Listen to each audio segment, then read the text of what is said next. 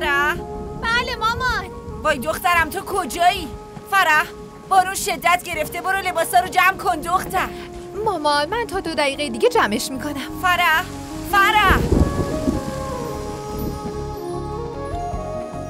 مریم تو چرا همه سر توی کتابه؟ باشو خیلی بارون قشنگی داره میاد. بیا دیگه دختر جان، بعد اینا رو میتونی بخونی. عجله کن. فرح یه ذره آروم‌تر. شما دوتا دارین کجا میری؟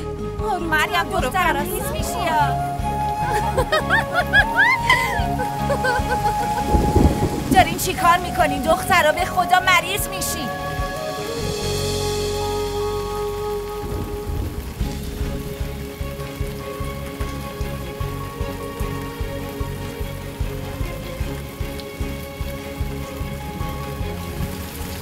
فقط 10 دقیقه وقت دارین. مامان شما بیاین زیر بارون، خیلی خوبه. مامان ببین چقدر خوش میگذره. تو هم بیا. نه سری بیاین داخل.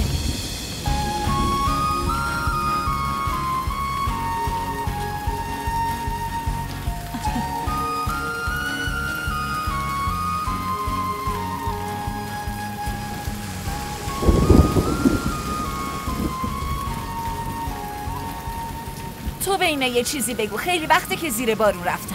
بذار خوش بگذرونن، هر روز که بارون نمیباره. تو هم دقیقاً مثل بچه ها. باشه خانم فهمیدم. دخترها 5 دقیقه دیگه 10 دقیقه دیگه میتونید اینجا باشید، بعدش بیاید تو.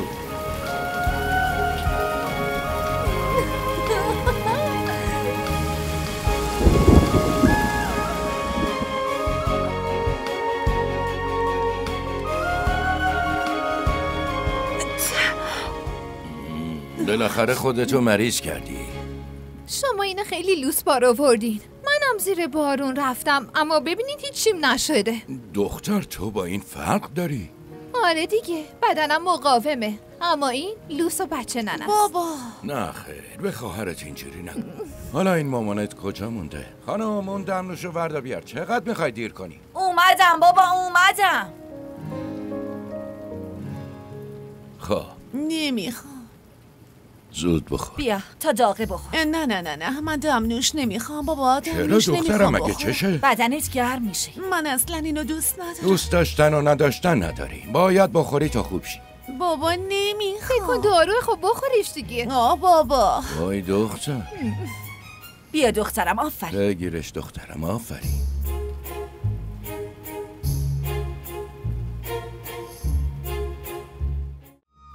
کانال ما رو سابسکرایب کنید.